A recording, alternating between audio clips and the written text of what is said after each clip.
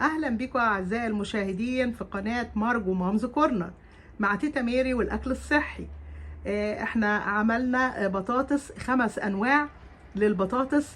كل نوع بامانه ربنا احلى من التاني، وعلشان الفيديو ما يبقاش طويل عليكي فانا هعمل لك كل نوع من الانواع دي في فيديو صغير مختصر دقايق. والنهارده هنعمل اكله جديده وجميله بالبطاطس. عندي بطاطس مقشراها ومقطعاها مكعبات، وعندي طماطم وشبت وتوم وبصل وزيت وكزبرة خضراء.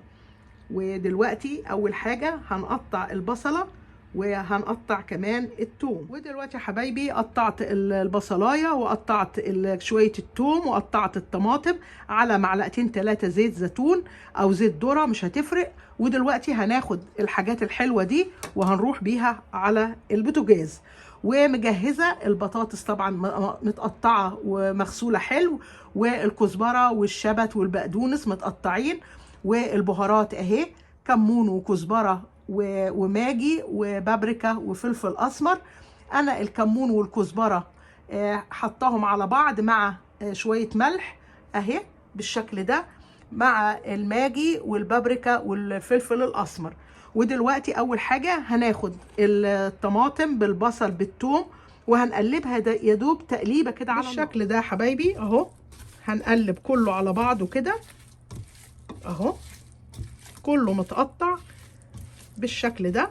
وهنحط كمان البهارات بتاعتنا عليهم كده، وهنقلبها تقليبه كده عايزاها يا دوب تغلي غلوتين كده، مش عايزه اسبك الطماطم ولا حاجه، انا عايزاها بس الخلطه كده تغلي مع نفسها كده مع بعضها مع البهارات دي، يا دوب تغلي غلوتين بالشكل ده حبايبي. وهزود شويه ميه على قد كميه البطاطس اللي عندي بالشكل ده حبايبي، وهخلي الميه تغلي في الطماطم بالبصل بالثوم والبهارات.